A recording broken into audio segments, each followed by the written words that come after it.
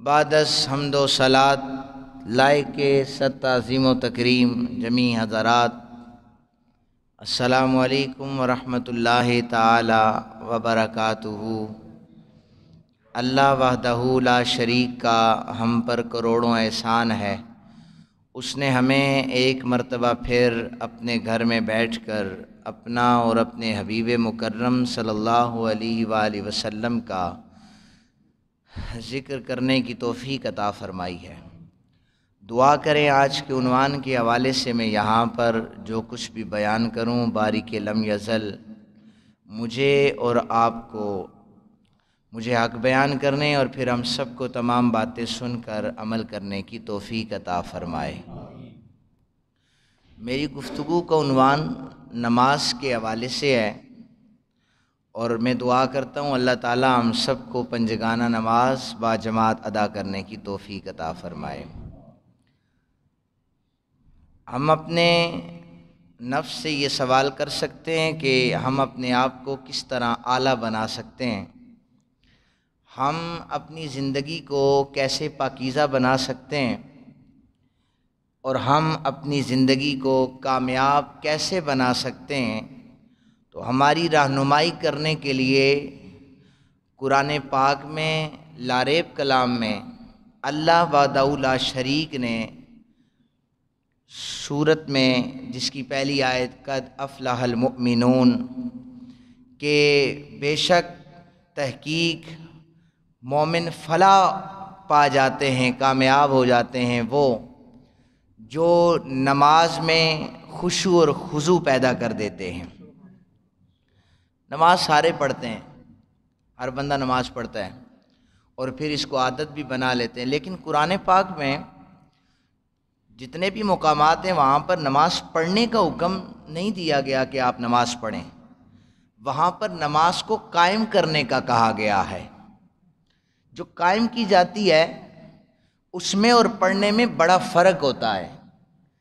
پڑھتا وہ ہے جسے عادت ہو جائے، جسے یا پھر عمر ایسے حصے میں آ جاتی ہے پھر کوئی کام نہیں ملتا پھر وہ مسجد میں ہی آ جاتا ہے، لیکن قائم وہ کرتا ہے کہ جب جوانی میں قدم رکھتا ہے، جب وہ شریعت محمد مصطفیٰ کریم صلی اللہ علیہ وآلہ وسلم کو پڑھتا ہے، جب وہ لڑکپن، جوانی، پھر بڑھاپے میں قدم رکھتا ہے، پھر وہ نماز کو قائم کرنا شروع کرتا ہے۔ اور قرآن کا حکم پڑھنے کا نہیں بلکہ قائم کرنے کا ہے۔ تو نماز قائم تو صحابہ کرام نے کی ہیں کہ جنہیں تیر لگ جاتا نماز میں نکال لیتے، وہ کہتے ہمیں پتہ ہی نہیں چلا، اصل میں قرآن کے اس حکم پر عمل ہو رہا ہوتا تھا کہ ہم نے نماز کو قائم کر دیا ہے۔ جو رکوع کی حالت میں چلے جاتے تو کندھے پر، کمر پر پرندے آ کر بیٹھ جاتے کہ پتھر رکھا ہوا ہے، تو وہ نماز کو قائم کیا کرتے تھے۔ اور اگر میں یہ کہوں کہ نماز کو اگر قائم کرنے کی موٹی سی مثال آپ اپنے ذہنوں میں رکھ لیں تو کربلا کی دھرتی پر امام علی مقام امام حسین علیہ السلام نے قائم کر کے بتایا ہے۔ امام علی مقام رضی اللہ تعالی عنہ نے اپنے سر کو تن سے جدا کر دیا لیکن سجدہ اسی طرح قائم ہے، اور پھر نماز کی حالت میں نماز کو قائم کر کے ہمیں صحابہ کرام میں سے حضرت شیر خدا کرم اللہ وجہ الکریم نے بتایا ہے جو فجر کی نماز کے لیے نکلے تھے اور آ کر ابن ملجم بدبخت نے آ کر نیزہ مارا تھا، تلوار ماری تھی، تو آپ نے فرمایا یہ جملہ کہا تھا فزت برب الکعبہ، میں کامیاب ہو چکا ہوں۔ نماز انہوں نے قائم کی ہے۔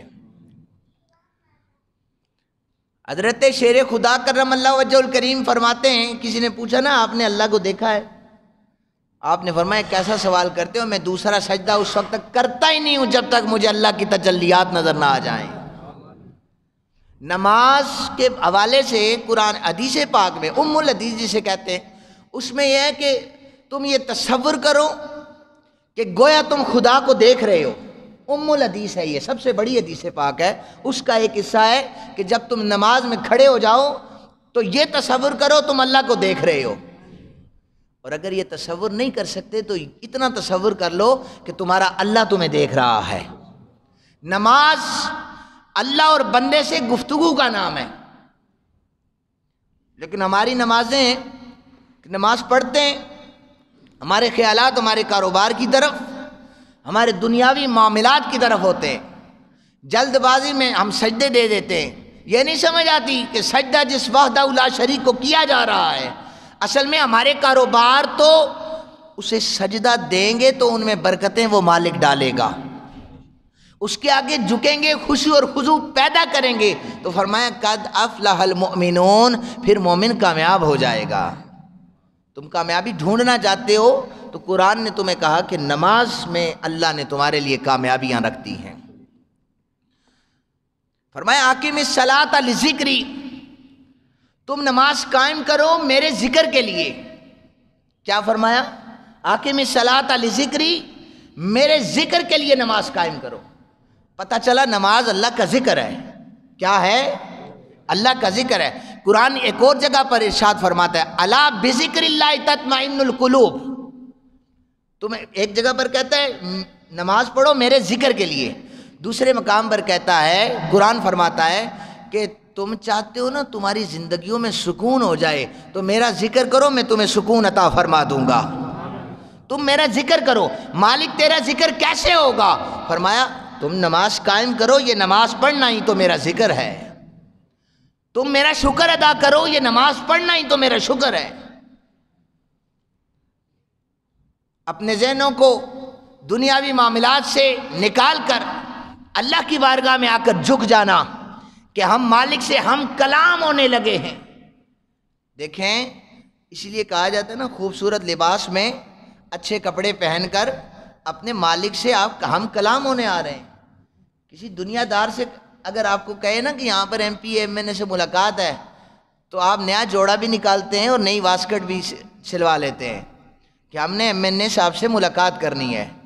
لیکن یہ مسجد میں آتے ہوئے یہ واضح طور پر غسل جو ہے نا یہ مسجد میں کر کے آنا یہ فرض واجب نہیں ہے، لیکن اس لیے کہا گیا ہے کہ کوئی محنت مزدوری کر رہا ہوتا ہے، پسینے سے کپڑے بھرے ہوتے ہیں تو اس کی سمیل آ رہی ہوتی ہے، دوسرے نمازی تنگ ہوتے ہیں، اور تو اور لہسن یا پیاز کھا کر مسجد میں آنے سے اس لیے منع کیا ہے کہ فرشتے جب آپ قرآن پڑھتے ہیں آپ کے منہ سے قرآن پاک کو وصول کر رہے ہوتے ہیں، وہ اس سمیل سے دور بھاگ جاتے ہیں۔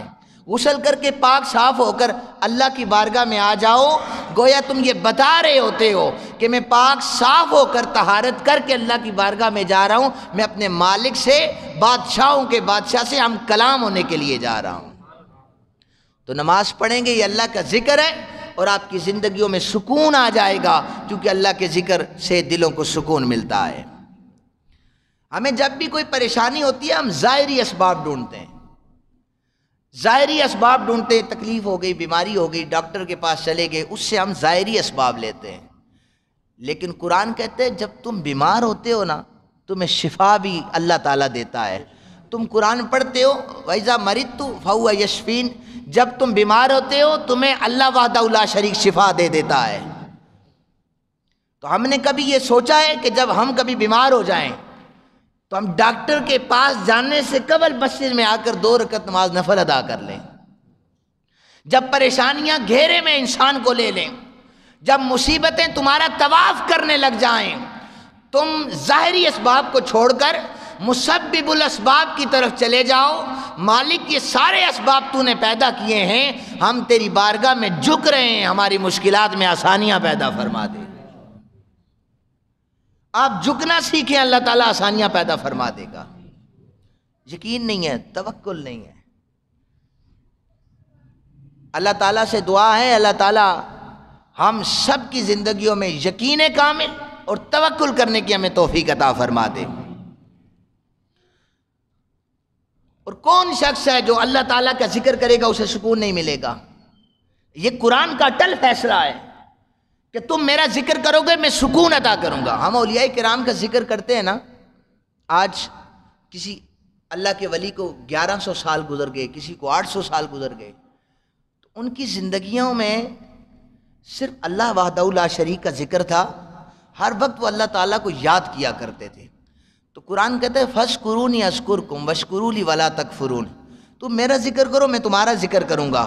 1100 سال بعد بھی جنہوں نے اللہ کا ذکر کیا، اس داتا علی اجمیری کا آج بھی دنیا ذکر کر رہی ہے۔ وہ اسی لیے کر رہی ہے، انہوں نے اپنی زندگیوں میں اللہ کا ذکر کیا ہے، اللہ کے رسول کا ذکر کیا ہے۔ انہیں اللہ کا ذکر، دیکھیں ظاہری طور پر تو ہم کہتے ہیں اللہ یا ہم اللہ تعالیٰ کے اسماء گرامی ذکر کرتے ہیں، بالکل بجا ہے، اس کا بہت زیادہ ثواب ہے، لیکن اقیم الصلاۃ لذکری کہ نماز کو تم پڑھو، قائم کرو، چونکہ نماز بھی اللہ کا ذکر ہے۔ اولیاء کرام نے نمازوں کی طرف زیادہ توجہ دی ہے۔ جتنے بھی ہمارے اولیاء کرام گزرے، اب تو ان کی قبور پر جا کر صرف ہم چادر چڑھانا ثواب سمجھتے ہیں نا، جبکہ ان کے نقش قدم پر چلنا، ان کی سیرت پر عمل کرنا اور ان کی طرز پر زندگی گزارنا، یہ ہمارے لیے کامیابی کا باعث ہے۔ اللہ تعالیٰ کا ذکر ہر بندے کو سکون عطا کرتا ہے، اور وہ نماز کے اندر ہے۔ اور اگر کوئی چاہتا ہے نا آپ میں سے کہ اللہ تعالیٰ ہماری مدد کرے، اور ہر بندہ چاہتا ہے نا اللہ ہماری مدد کرے، یا کاروباری معاملات ہوں، دنیا کی کسی ڈپارٹمنٹ میں آپ ہیں تو آپ ہر بندہ کہتا ہے اللہ ہماری مدد کرے، تو قرآن نے پھر یہ ہمیں بتا دیا کہ تم اگر مدد چاہتے ہو، یا ایھا الذین آمنوا استعینوا بالصبر والصلاۃ، تم مدد چاہتے ہو نا ایمان والو، تو نماز کے ذریعے سے مدد حاصل کر لو،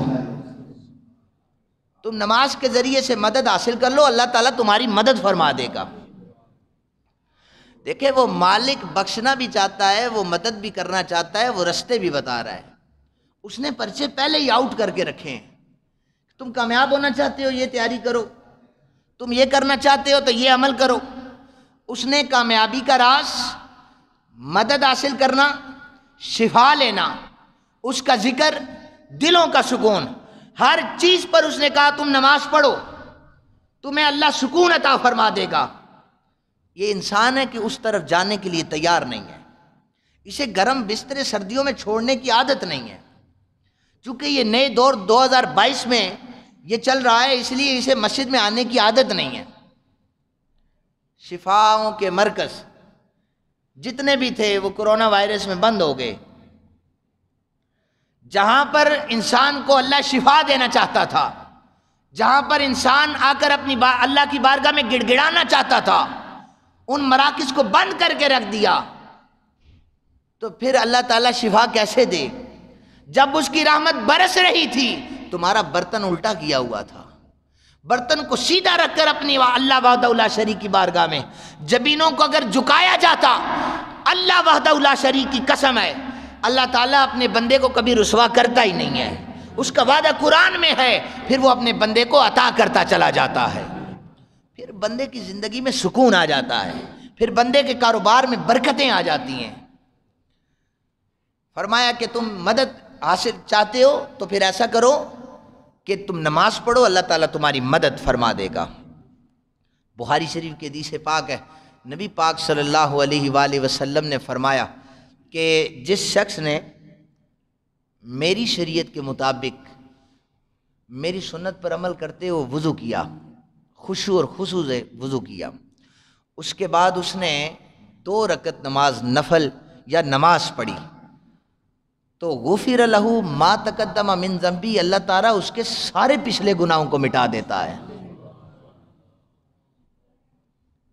عمل کتنا سا ہے، اچھے طریقے سے وضو کیا اور اس کے بعد آ کر اس کی بارگاہ میں سر بسجود ہو گئے، فرمایا غفر لہ ما تقدم من ذنبی، اللہ تعالیٰ تمہارے سارے پچھلے گناہوں کو مٹا دے گا۔ دیکھیں یہ میرا وعدہ ہوتا تو میں مکر جاتا، اگر کسی عام بندے کا ہوتا وہ مکر سکتا تھا، یہ قرآن کا وعدہ ہے اور اللہ وحدہ لا شریک نے وعدہ کیا ہے اور نبی پاک صلی اللہ علیہ وسلم کی زبان مبارک سے نکلا ہے، تو جب اس مالک کا یہ وعدہ ہے کہ غفر لہ ما تقدم من ذنبہ، تمہارے سارے گناہوں کو مٹا دوں گا، تو پھر صفیں خالی کیوں ہیں؟ پھر مسجد مرثیہ خاں کیوں ہو گئی؟ پھر یہ صفیں آپ کی منتظر کیوں ہیں؟ 10 بندوں پر سے فرض ہے اتنے بڑے علاقے میں نماز پڑھنا، ایک صف پر فرض ہے اتنے بڑے علاقے میں نماز پڑھنا۔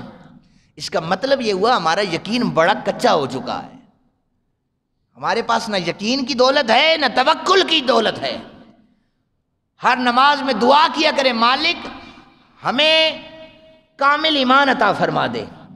ایمان جب پختہ ہوگا تو پھر گھر میں جب اذان کی آواز کانوں میں پڑے گی اسے سمجھ آ جائے گی مالک ہمیں بلا رہا ہے، تم کامیاب ہونا چاہتے ہو تو آؤ نہ ذرا میری بارگاہ میں جھک جاؤ، تمہیں کامیابی بھی عطا کروں گا۔ 5 وقت مؤذن جھنجھوڑ کر یہ کہہ رہا ہوتا ہے حی علی الصلاۃ حی علی الفلاح، تو کامیابی چاہتے ہو نماز کی طرف آ جاؤ، کامیابی چاہتے ہو مسجد کی طرف آ جاؤ، یہ صفیں تمہاری منتظر ہیں کہ اگر تم کامیاب ہونا چاہتے ہو تو اللہ کی بارگاہ میں جھک جاؤ، وہ مالک کامیابیاں عطا فرما دے گا۔ نہ قرآن کی سننے کے لیے تیار، نہ علماء کی سننے کے لیے تیار، نہ احادیث پر، ہاں زبانی کلامی ساری چیزیں ہیں، میں بھی اور آپ بھی۔ کیوں نہیں جی، ہم تو بڑے پکے مسلمان ہیں، آپ کو کس نے کہا ہے؟ ہم تو بہت کامل ایمان والے ہیں۔ تو کامل ایمان والوں کو چاہیے، اب میں ایک اور حدیث پاک سنا دیتا ہوں۔ نبی پاک صلی اللہ علیہ وآلہ وسلم نے فرمایا کہ یہ بھی حدیث پاک ہے ترمذی شریف کی، کہ جو نماز ہے نا یہ کافر اور مسلمان میں فرق کرتی ہے۔ احناف کے نزدیک، جو امام اعظم ابو حنیفہ ہیں، ان کے نزدیک یہ ہے کہ اگر جان بوجھ کر کوئی نماز چھوڑے گا پھر اس پر تعزیر ہے اور گناہ ہے، وہ ساری چیزیں۔ لیکن جو باقی فقہائے کرام ہیں انہوں نے لکھا ہے وہ کافر ہو جائے گا جو جان بوجھ کر نماز چھوڑے۔ وہ انکار کرنا ہے نا، اللہ تعالیٰ کی آیات ہیں کہ نماز قائم کرو، وہ ان سے انکار کر رہا ہے، تو باقی جو فقہاء ہیں انہوں نے لکھا ہے وہ کافر ہو جائے گا۔ جو احناف ہیں انہوں نے لکھا ہے وہ گناہگار بھی ہوگا، اس پر تعزیر بھی لگا سکتے، وہ عدالتوں کا چکر بھی اس میں موجود ہے، اس پر کیس کیا جائے گا، اس کو عدالت میں لے کے جایا جائے گا، اس نے جان بوجھ کر نماز چھوڑی ہے۔ یہ آسان کام نہیں ہے، لیکن ہمیں اس طرف فکر نہیں ہے، ہم اس طرف توجہ نہیں کرتے۔ اللہ تعالیٰ سے دعا ہے اللہ تعالیٰ ہمیں پنجگانہ نماز با جماعت ادا کرنے کی توفیق عطا فرمائے۔ حشر کے میدان میں نفسا نفسی کا عالم ہوگا، نہ باپ بیٹے کا، نہ ماں بیٹی کی ہوگی، کوئی رشتہ دار، برادری، دوست، کوئی کسی کا نہیں ہوگا۔ سورج سوا نیزے پہ ہوگا، ہر بندے کو اپنی پڑی ہوئی ہوگی۔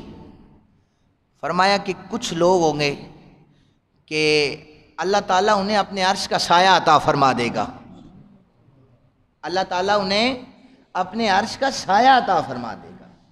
یا رسول اللہ صلی اللہ علیہ وآلہ وسلم، وہ کون لوگ ہوں گے جنہیں اللہ اپنے عرش کا سایہ عطا فرما دے گا؟ فرمایا رجل قلبہ معلق بالمساجد، وہ لوگ ہوں گے جنہیں اللہ اپنے عرش کا سایہ دے گا جن کے دل مسجد کے ساتھ جڑے ہوئے ہوں گے، جو شب و روز مسجد کی خدمت کرتے رہیں گے، اللہ تعالیٰ انہیں اپنے عرش کا سایہ عطا فرما دے گا۔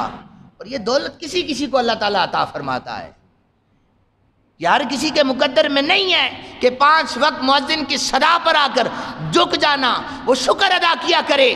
مالک کے گھر سے آواز آئی تھی، اس کا بندہ اس کی بارگاہ میں سجدے کے لیے چلا آیا تھا، اسے اللہ اپنے عرش کا سایہ عطا فرما دے گا۔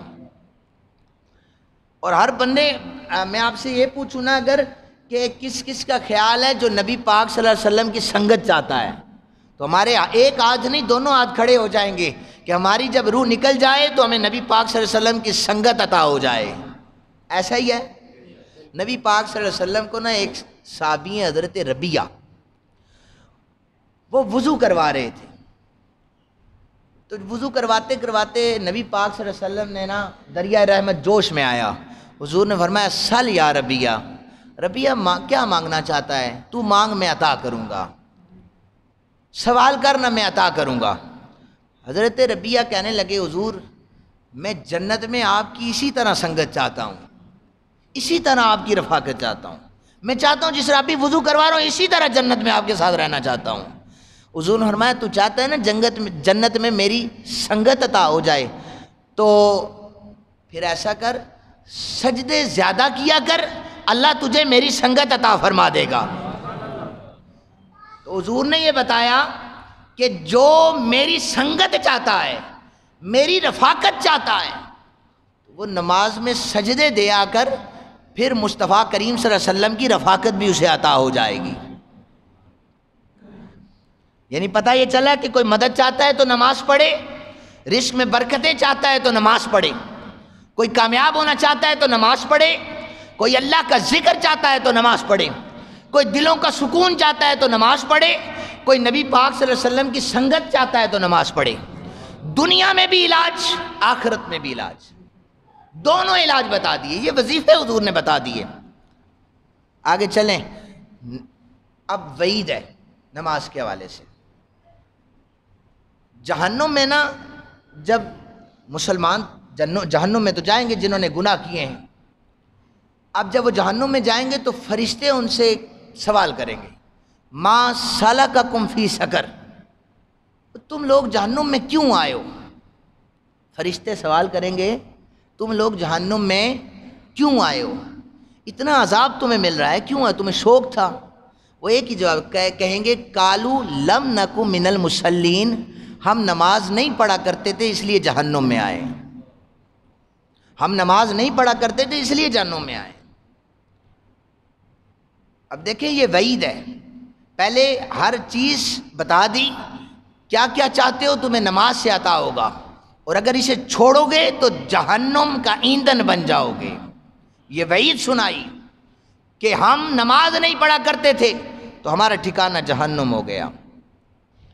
پھر ایک اور وعید ہے، فرمایا وَأَقِیمُوا الصَّلَاةَ وَلَا تَکُونُوا مِنَ الْمُشْرِکِینَ، تم نماز قائم کرو اور مشرکین میں سے نہ بننا۔ تو پتہ چلا جو نماز قائم کرتے ہیں پھر وہ مشرکین میں سے نہیں بنتے، وہ اللہ تعالیٰ کے مقرب بندے بن جایا کرتے ہیں۔ اور نماز کی حالت ایسی ہے کہ میں پھر آپ کو کربلا کے اس شہید حضرت امام علی مقام امام حسین علیہ السلام کے حوالے سے بتا دوں، آپ کا سر سجدے میں کٹا ہے، آپ کا سر سجدے میں کٹا ہے۔ تو نبی پاک صلی اللہ علیہ وسلم نے فرمایا کہ جو جس حالت میں دنیا سے جائے گا اسی حالت میں اٹھایا جائے گا۔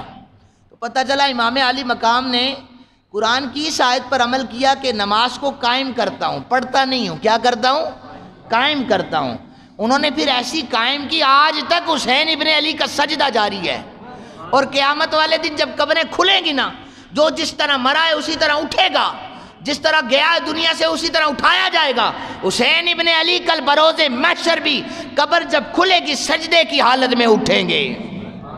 اور اس کی ایک بہت تگڑی دلیل موجود ہے حدیث پاک سے کہ نبی پاک صلی اللہ علیہ وسلم ایک سفر میں تھے نا، حج کے دوران قافلہ جا رہا تھا، لبیک اللہم لبیک کی صدائیں تھیں، تو ایک صحابی رسول آپ کا رکاب میں پاؤں پڑا، آپ پھسلے، اونٹ سے جو ہی گرے تو وہیں پر آپ کی شہادت ہو گئی۔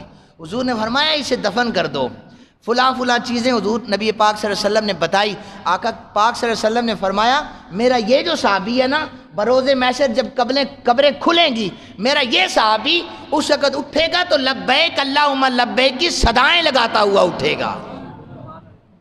تو نماز کو پڑھنا اور ہے، نماز کو قائم کرنا اور ہے۔